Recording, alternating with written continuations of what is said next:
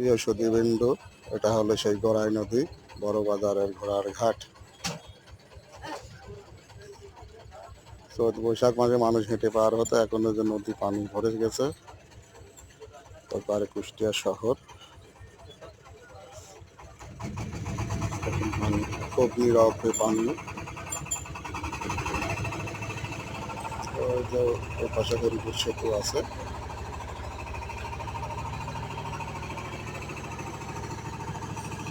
সুন্দর নৌকা চলে যাচ্ছে।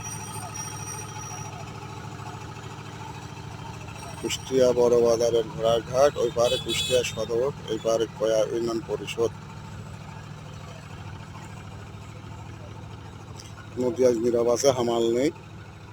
কোনো রকম বাধা হলে প্রচন্ড হামাল হয়, মানুষ ভয় পায় পার হতে।